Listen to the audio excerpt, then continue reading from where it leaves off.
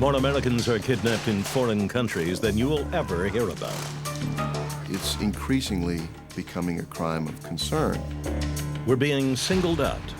They want an American citizen. Tourists, small businessmen, journalists, average Americans targeted for kidnap abroad. In certain cases, unless there is a payment made, the victim will die, period.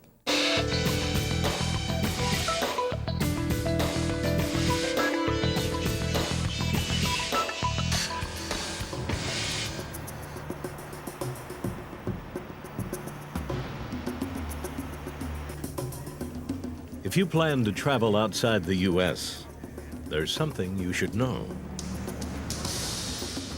Something that many people, even law enforcement agencies, don't like to discuss. Kidnapping has become big business in many developing countries. The kidnapping business around the world is flourishing. It's increasingly becoming a crime of concern. Americans, rich and poor, are premium targets. There is a perception in the developing world that every American is rich, and that if you grab an American, there will certainly be a tremendous payoff to secure that person's release. The official number of Americans kidnapped abroad each year is under 50.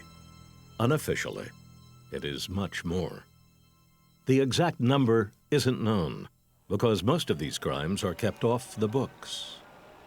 As we'll see, victims, corporations, the FBI, even insurance companies have policies against openly discussing international kidnapping.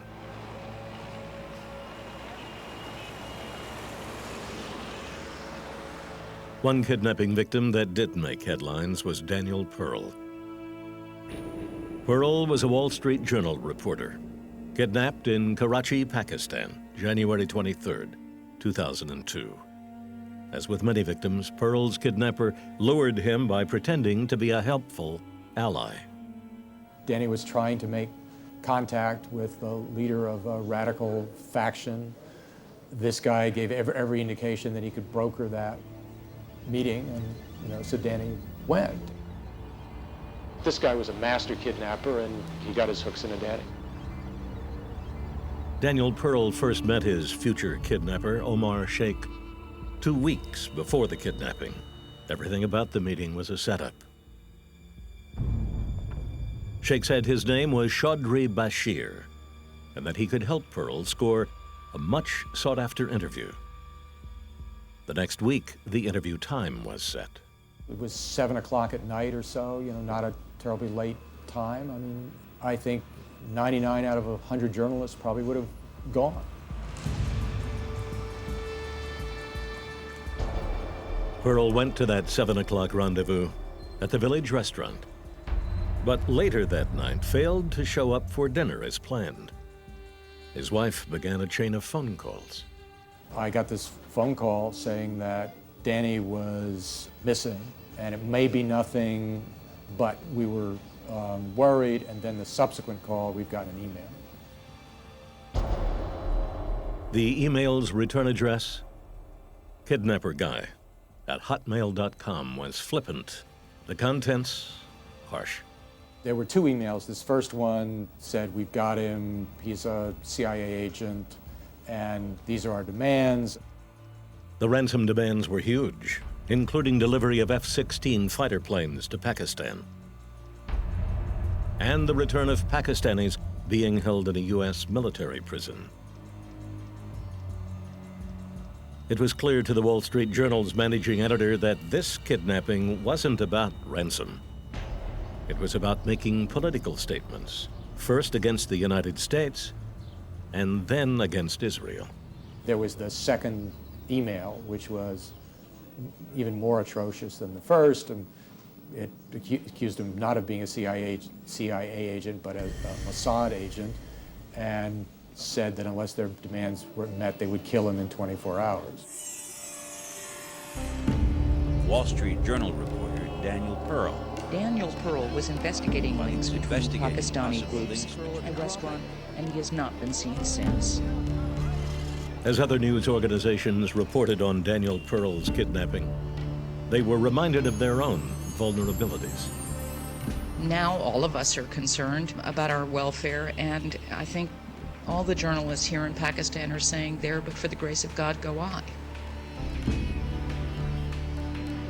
Daniel Pearl was a seasoned journalist. He recognized even the hidden dangers of working in Pakistan. When his wife became pregnant, he asked for a new assignment, somewhere out of Pakistan, where his family would be safe. His going-away party was to have been the night he disappeared. 2 weeks after he was kidnapped, his employer and the FBI were no closer to finding Pearl or his abductors. What we were hoping to do was to open a negotiation track. For example, if they had some kind of message that they wanted publicized, we could do that. By the third week, the FBI had a breakthrough. They traced the original emails back to one of the kidnappers. His phone records implicated 2 others. And those 3 kidnappers revealed Omar Sheikh as the mastermind. Omar Sheikh had a history of kidnapping and terrorism. In 1994, he was caught in India and put in prison. But Sheikh's partners in crime had other plans. In 1999, they hijacked an Indian Airlines jet full of passengers. One of their ransom demands? Release Omar Sheikh. The Indian government gave in. Sheikh was free to resume his terrorism, including abducting Daniel Pearl. Catching Sheikh this time required turning the tables. Sheikh's family was taken into custody, forcing him to surrender. Sheikh confessed to setting up Pearl, but had distressing news. He claimed Pearl had been murdered weeks before.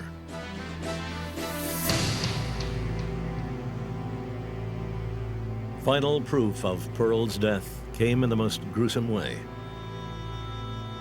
The kidnappers had videotaped his execution. 3 months later, his wife delivered his only child.